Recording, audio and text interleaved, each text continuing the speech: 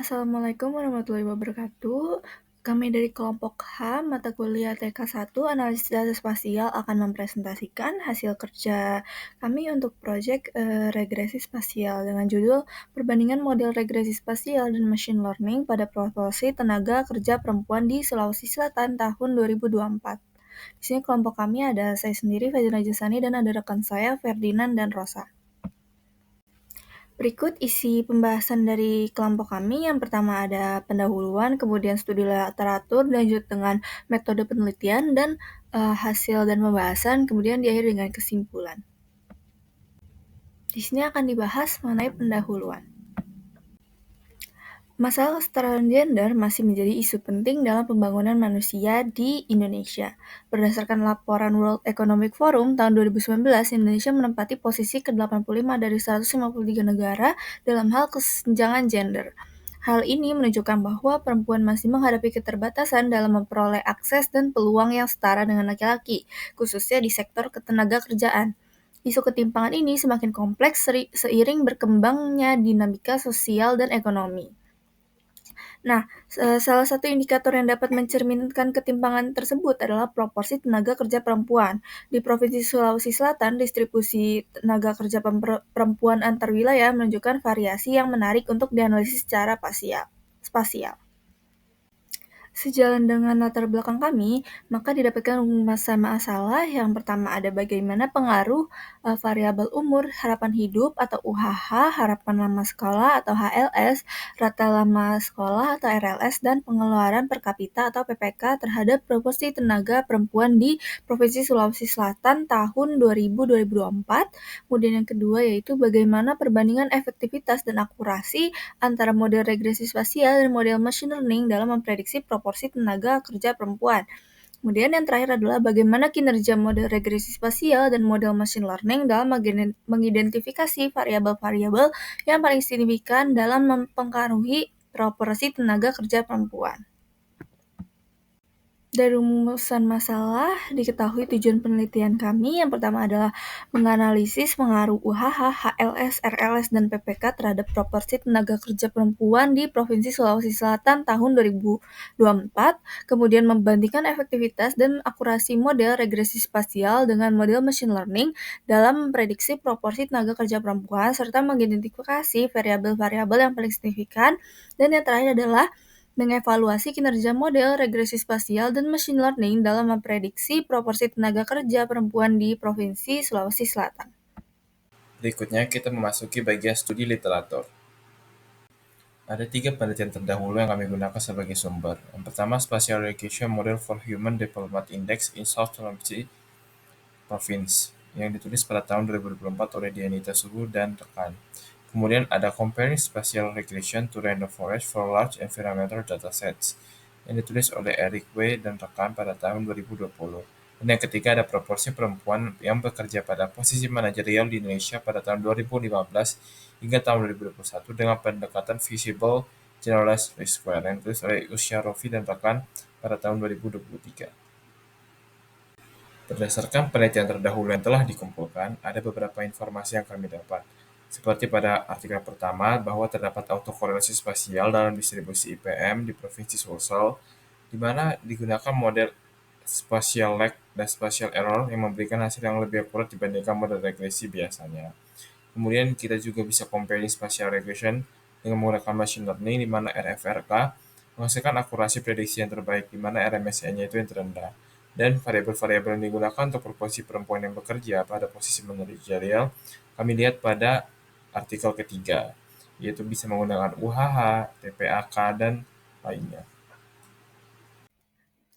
Selanjutnya akan dibahas mengenai regresi linear. Nah, regresi linear merupakan salah satu metode dalam statistika yang digunakan untuk memodelkan hubungan antara satu variabel Y dengan satu atau lebih variabel independen X. Tujuan utama dari regresi linear adalah untuk menjelaskan, memprediksi, atau memperkirakan nilai variabel dependen berdasarkan nilai variabel independen dengan mengasumsikan adanya hubungan linear antara keduanya. Hubungan ini dinyatakan dalam bentuk persamaan garis lurus yang mempresentasikan bagaimana perubahan pada variabel independen diikuti oleh perubahan yang konsisten pada variabel dependen. Nah, untuk model umum dari regresi linear dapat dilihat pada gambar di bawah. Selanjutnya terdapat beberapa uji untuk regresi linear. Berikut akan dibahas mengenai uji T dan uji F. Nah, uji signifikansi parsial atau uji T ini di sini digunakan untuk menguji apakah masing-masing koefisien regresi berpengaruh signifikan terhadap variabel independen. Untuk hipotesisnya yaitu H0 ketika beta K sama dengan 0 dan hipotesis satunya ketika beta K tidak sama dengan 0. Nah, di sini kemudian untuk uji F yaitu atau uji signifikansi simultan digunakan untuk melihat signifikansi parameter dalam model secara bersama-sama. H0-nya ketika hipotesisnya untuk H0 ketika beta 1 sama dengan beta 2 sampai beta Q yaitu sama dengan 0 dan H1-nya atau HH alternatifnya itu ketika minimal terdapat satu beta K tidak sama dengan 0. Regresi linear memiliki 4 uji asumsi klasik, yaitu antara lain uji normalitas, uji autokorelasi, uji multikolinearitas, dan uji heteroskedastisitas. Yang pertama ada uji normalitas. Nah, uji normalitas ini memiliki tujuan untuk memastikan residual berdistribusi normal. Uji normalitas memiliki alat uji yaitu uji Kolmogorov-Smirnov atau bisa juga dengan menggunakan uji Sapir-Whorf dan atau bisa juga menggunakan uji melihat dari normal probability plot. Kemudian untuk uji autokorelasi ini bertujuan untuk memastikan error tidak saling berkorelasi. Dengan alat ujinya itu adalah uji Durbin-Watson. Nah, kemudian yang selanjutnya ada uji multikolinearitas memiliki tujuan untuk memastikan tidak ada korelasi tinggi antara variabel independen. Nah, untuk uji multikolinearitas ini diuji dengan melihat nilai VIF atau VIF yang memiliki rumus sebagai berikut. Multikolinearitas terjadi jika ada variabel independen atau peubah bebas yang memiliki nilai VIF lebih besar dari 0. Kemudian untuk uji heteroskedastisitas, yaitu memastikan error memiliki variansi yang konstan. Dengan alat ujinya itu adalah uji Bruce-Pagan atau bisa juga dengan uji White test atau bisa melihat plot residual versus fit. Dengan semuanya memiliki hipotesis sebagai berikut. Baik, selanjutnya akan dibahas mengenai regresi spasial yang menjadi topik utama kita kali ini. Jadi, regresi spasial merupakan pendekatan dalam analisis regresi yang digunakan ketika terdapat indikasi ketergantungan spasial antar unit observasi dalam data. Nah, ketergantungan ini muncul karena lokasi atau kedekatan geografis antar unit observasi itu dapat mempengaruhi nilai dari variabel yang diamati. Dalam konteks ini, asumsi independensi antar observasi yang mendasari regresi linear klasik tidak lagi terpenuhi. Sehingga, di sini diperlukan model yang dapat menangani autokorelasi spasial secara eksplisit. Dalam regresi spasial dibutuhkan yang namanya matriks pembobot spasial. Nah, matriks ini digunakan untuk memformalkan kedekatan atau hubungan spasial antar wilayah. Matriks pembobot spasial itu dilambangkan dengan matriks W yang berukuran N kali N, di mana N adalah jumlah unit wilayah. Di sini akan dibahas mengenai dua jenis matriks pembobot spasial, yaitu distance-based weights yang berdasarkan jarak, dan juga contiguity-based weights yang berdasarkan persinggungan. Untuk distance-based weights, di sini ada yang namanya Kainer's neighbor atau KNN, yang juga menjadi teori atas penelitian kami. Jadi untuk KNN ini, bobot diberikan hanya ke tetangga terdekat, sedangkan sisanya akan diberikan 0. Untuk rumusnya dapat dilihat pada slide. Dan selanjutnya ada contiguity-based weights, yaitu untuk melihat apakah dua wilayah berbagi batas secara langsung atau tidak. Di sini ada 3 jenis, yaitu rook, bishop, dan queen. Di mana rook ini berdasarkan sisi, bishop berdasarkan sudut, dan queen adalah gabungan dari rook dan bishop. Setelah membangun matriks pembobot spasial, di sini akan dilakukan uji-uji sebelum masuk ke regresi spasial. Yang pertama adalah uji Morans-Eye dan dilanjutkan dengan uji Lagrange multiplier.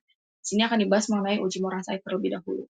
Uji Morans-Eye merupakan salah satu metode statistik yang paling umum digunakan untuk mengukur autokorelasi spasial secara global dalam data.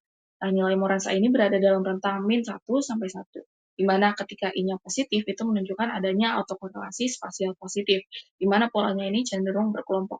Sedangkan untuk I-nya negatif, itu menunjukkan autokorelasi spasial negatif, di mana nilai-nilai ini cenderung lebih tersebar gitu. Nah, ketika I-nya sama dengan 0, itu berarti tidak ada autokorelasi spasial. Nilai Morans I dapat dihitung pada rumus dalam slide, dan di pojok kanan itu ada ilustrasi yang menggambarkan ketika nilai Morans I-nya itu semakin negatif, maka data cenderung lebih tersebar, sedangkan jika Morans I indeksnya itu lebih positif, itu akan polanya menjadi lebih berkelompok. Setelah uji Morans I, dilanjutkan dengan uji Lagrange multiplier.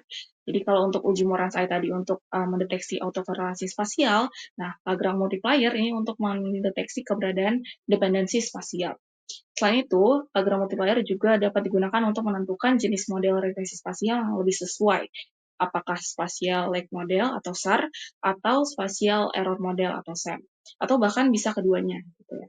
Di sini untuk Lagrange multiplier lag itu menguji hipotesis nol bahwa tidak terdapat pengaruh spasial lag dari variabel dependent. Untuk rumusnya dapat dilihat pada slide. Kemudian untuk Lagrange multiplier error, di sini untuk menguji apakah terdapat autokorelasi spasial dalam residual. Dan rumusnya juga dapat dilihat pada slide. Selain itu juga ada kombinasi dari keduanya yang disebut dengan Lagrange multiplier SAR. Oke, berikut ditampilkan tabel perbandingan dari model regresi spasial. Dan yang menjadi fokus kami adalah 3 jenis model, yaitu SAR, SEM, dan juga SARMA. Rumus umum dari masing-masing model dapat dilihat pada slide.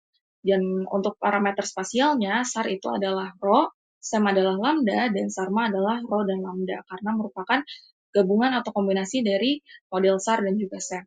Nah, intinya, tujuan dari masing-masing model ini adalah untuk SAR, itu untuk mengakomodasi efek keterkaitan langsung antar wilayah pada variabel dependent. Jadi kata kuncinya di sini adalah dependent. Sedangkan SEM itu untuk mengoreksi bias akibat korelasi spasial dalam error, sesuai dengan namanya yaitu spatial error model. Jadi fokusnya adalah di sini mengenai error atau residual. Dan untuk SARMA itu karena merupakan gabungan atau kombinasi dari SAR dan juga SEM, jadi akan menangani dua jenis efek spasial sekaligus.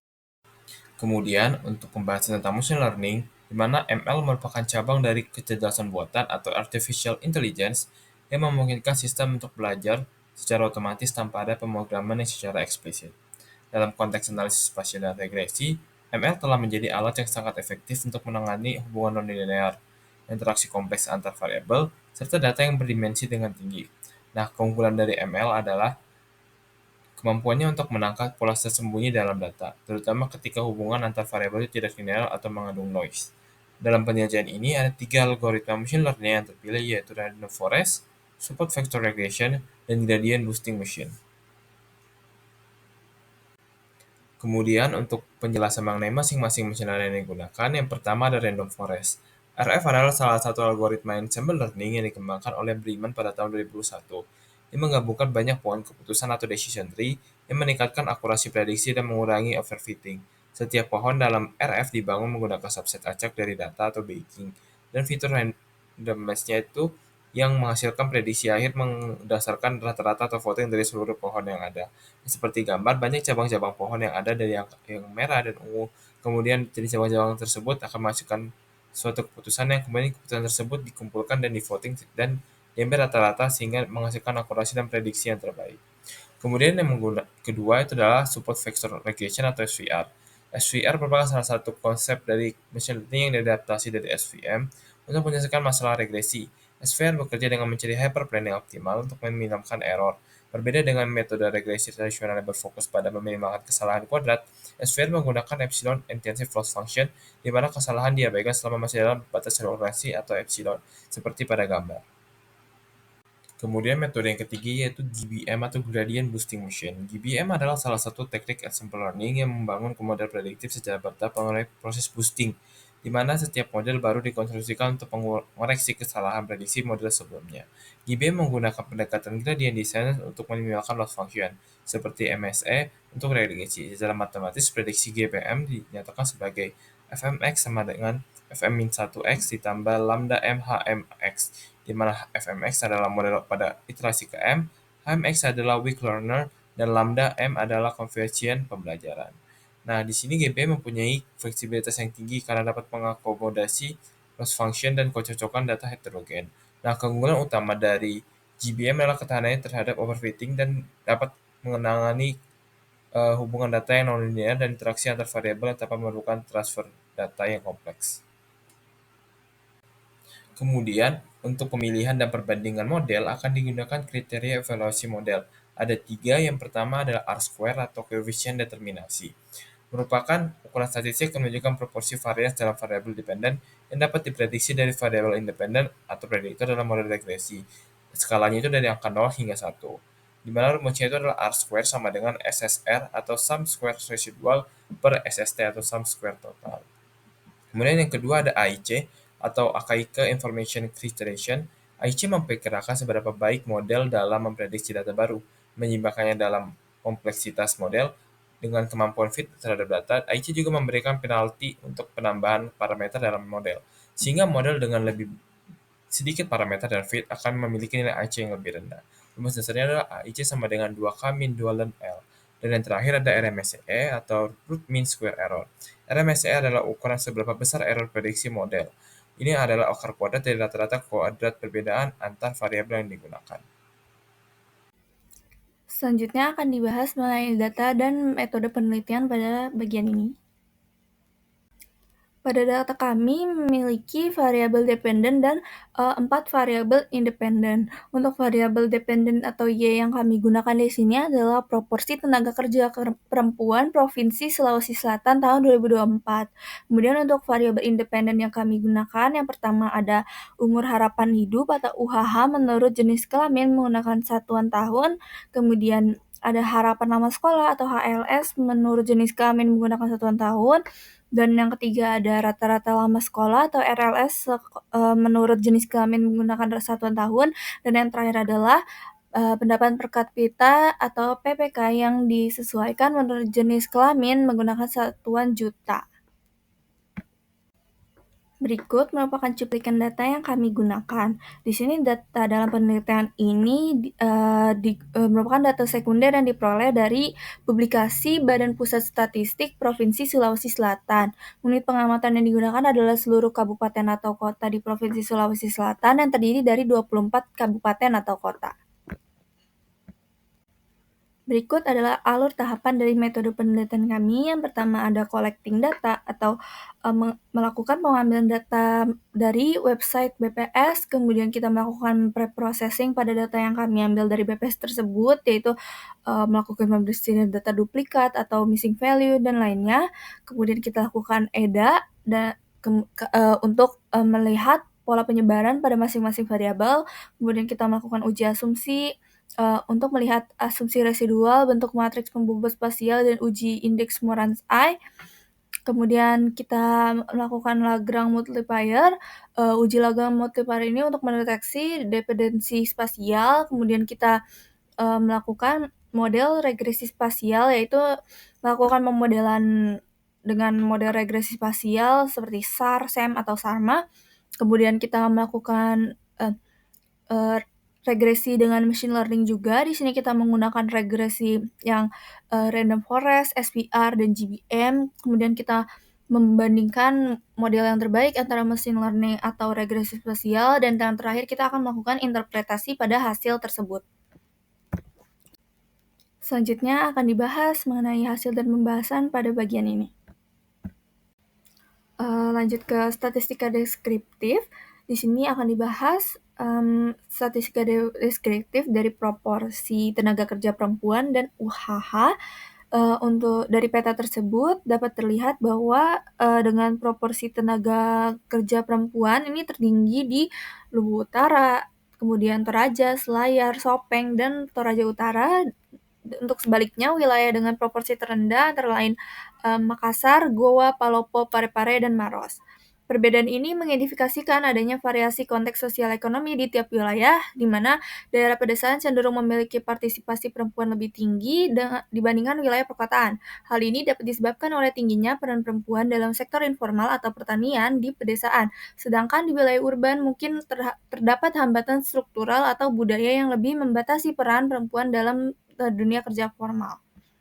Kemudian untuk UHH di sini dapat kita lihat dari peta bahwa UHH perempuan tertinggi adalah Makassar, kemudian Toraja Utara, kemudian Toraja, Pinrang, dan Parepare. Sementara itu, wilayah dengan UH perempuan terendah adalah Baru, Bantaeng, Sinjai, Pangkep, dan Bone. Dari situ kita bisa lihat bahwa UH perempuan cenderung lebih tinggi di wilayah perkotaan yang memiliki akses layanan kesehatan yang lebih baik, seperti Makassar dan Parepare. Sebaliknya, beberapa kabupaten dengan UH rendah terbesar di bagian tengah dan selatan Sulsel yang kemungkinan besar masih menghadapi tantangan dalam pemerataan pelayanan kesehatan, sanitasi, serta kesadaran hidup sehat. Untuk RLS, dari visualisasi bisa dilihat bahwa RLS perempuan tertinggi adalah Makassar, diikuti dengan Palopo, Parepare, Enrekang, dan Luwu Timur. Sebaliknya untuk RLS perempuan terendah berada di Janeponto, kemudian Wajo, Bantaeng, Takalar, dan Bone. Dari situ bisa dilihat bahwa perkotaan cenderung memiliki RLS yang lebih tinggi, mencerminkan ketersediaan infrastruktur pendidikan yang lebih baik. Sementara itu, wilayah dengan angka terendah didominasi oleh kabupaten di bagian selatan dan tengah provinsi, yang kemungkinan masih menghadapi hambatan dalam akses pendidikan, baik dari sisi ekonomi, geografis, maupun sosial budaya. Kemudian untuk HLS dapat dilihat dari peta bahwa wilayah dengan HLS perempuan tertinggi adalah Makassar, kemudian Palopo, Parepare, Enrekang, dan Toraja. Untuk yang terendah ada Janeponto, Luwu Utara, Bantaeng, Takalar, dan Pangkep. Dari situ kita bisa lihat bahwa kota-kota besar dan wilayah dengan akses pendidikan yang lebih baik cenderung memiliki HLS yang lebih tinggi, mencerminkan peluang pendidikan yang jangka panjang yang lebih terbuka bagi perempuan. Sementara itu, wilayah dengan angka terendah cenderung berada di kabupaten non-perkotaan yang mungkin masih menghadapi tantangan dalam menyediakan fasilitas pendidikan serta mendorong partisipasi sekolah jangka panjang bagi anak perempuan. Kemudian yang terakhir yaitu untuk PPK bisa dilihat yang tertinggi ada di Makassar, Parepare, Palopo, dan Bulukumba, dan yang terendah ada di Toraja Utara, Toraja, Goa, Takalar, dan Bone. Hal ini bisa berarti bahwa wilayah perkotaan dan pusat ekonomi cenderung memiliki akses yang lebih baik terhadap sumber daya ekonomi, pekerjaan berpenghasilan lebih tinggi, serta fasilitas publik yang mendukung produktivitas dan kesejahteraan. Sebaliknya untuk di wilayah-wilayah yang di pinggiran masih menghadapi tantangan ekonomi, baik karena rendahnya tingkat partisipasi perempuan dalam kegiatan ekonomi produktif atau dominasi sektor informal, terbatasnya lapangan kerja yang layak, maupun adanya kesenjangan akses terhadap pendidikan dan layanan keuangan. Selanjutnya akan dibahas mengenai uji asumsi, yaitu di sini akan dibahas mengenai uji T dan uji F. Hasil uji T menunjukkan bahwa semua variabel, yaitu UH, RLS, HLS, dan PPK, memiliki p-value lebih besar dari 0,05, sehingga tidak ada variabel berpengaruh secara signifikan secara parsial. Dan uji F menunjukkan p-value 0,0946 yang lebih besar dari 0,05, sehingga model regresi tidak signifikansi secara simultan. Namun jika batas alfanya adalah 0,1, maka dapat saja uji F menjadi signifikan. Berikut adalah hasil dari uji asumsi klasik, yaitu yang pertama adalah hasil dari uji normalitas.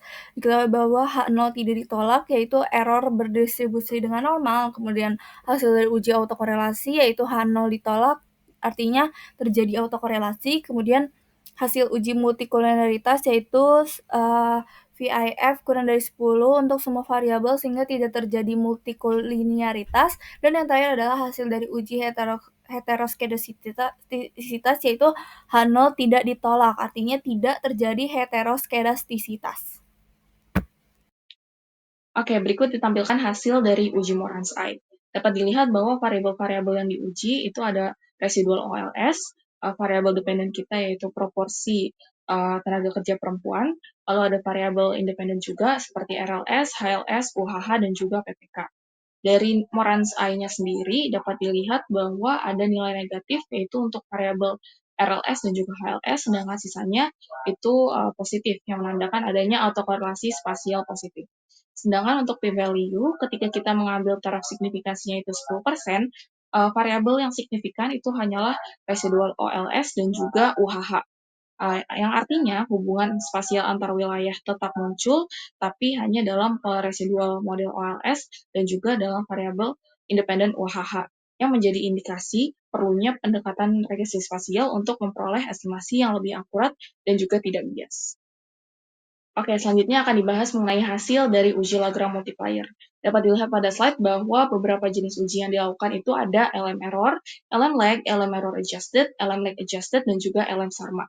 Di sini kita hanya akan fokus kepada nilai p-value, di mana ketika kita memilih taraf signifikansinya itu 5%, jenis uji yang signifikan itu ada LM error adjusted, LM lag, dan juga LM SARMA.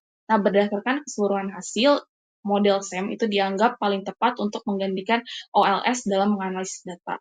Karena mengingat ketergantungan spasial sebelumnya itu hanya pada residualnya, bukan pada variabel-variabel dependennya. Selain itu juga hasil dari LM error dan LM error adjusted itu keduanya signifikan. Jadi memperkuat argumen bahwa model SEM ini yang paling tepat dan akan digunakan untuk observasi lanjutan.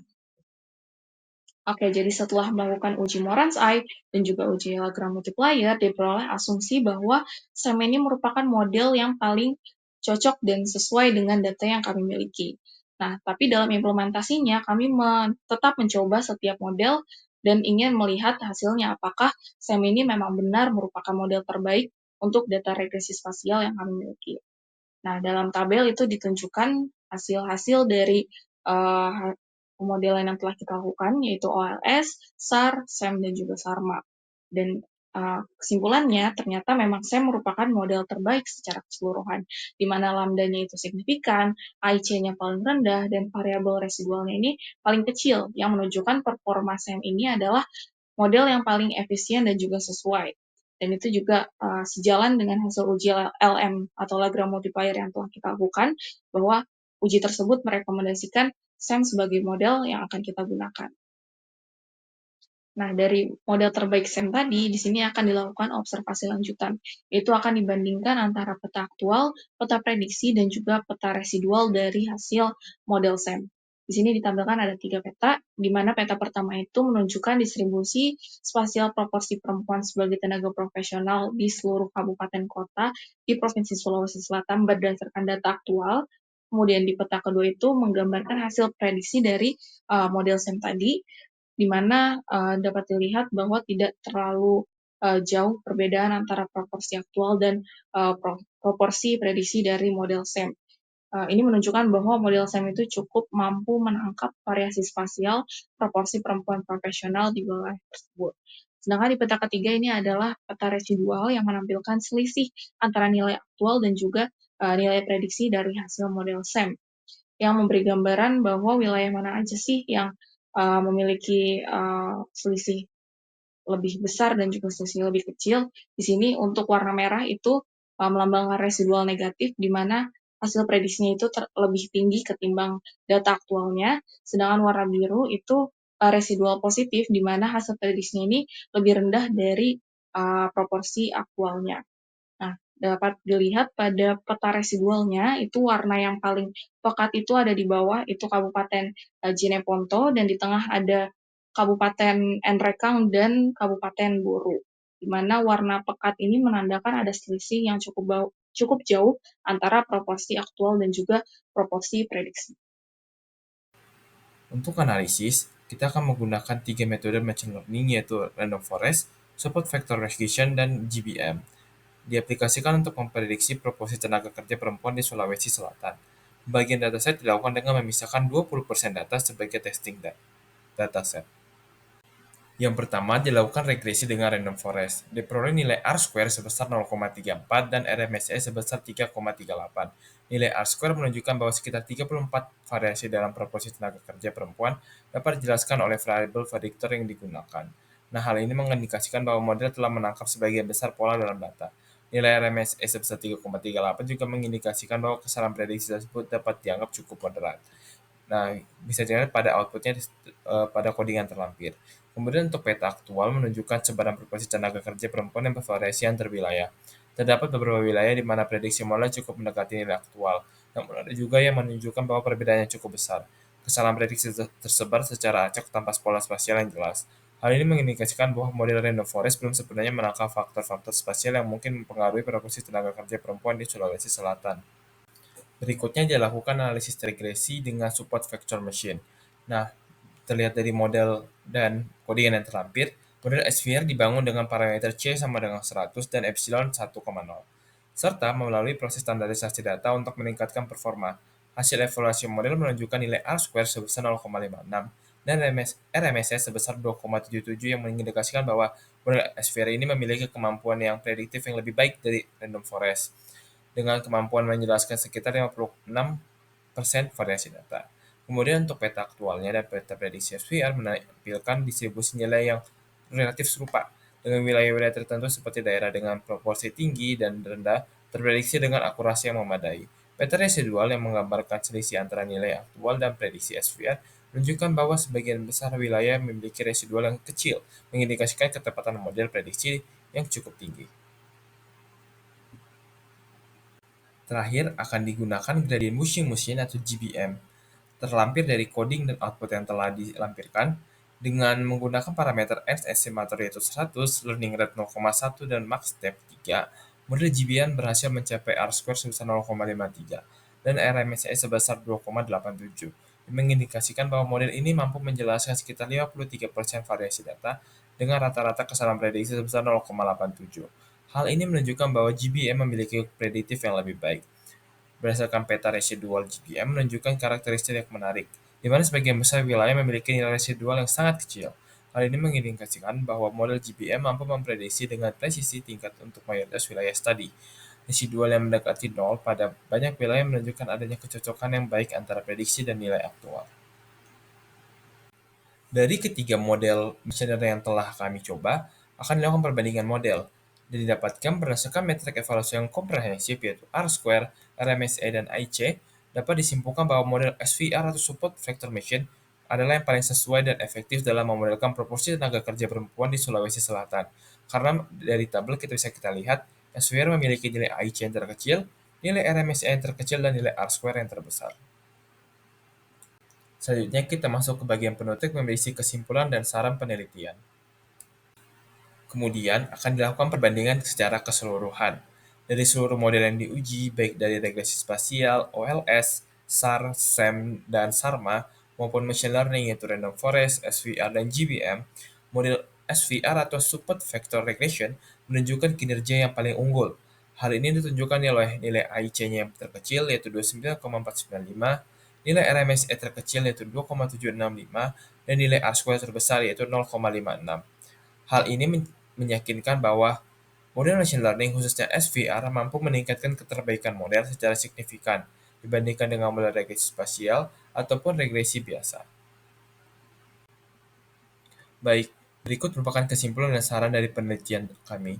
Kesimpulannya adalah hasil uji Morans AI pada residual OLS dengan nilai 0,391 dan p-value yang sangat kecil yaitu 0,0001 secara kuat menunjukkan adanya ketergantungan spasial yang signifikan, menegaskan bahwa fenomena proporsi tenaga kerja perempuan di Sulawesi Selatan tidak dapat dijelaskan hanya dengan model regresi biasa tanpa mempertimbangkan aspek spasial.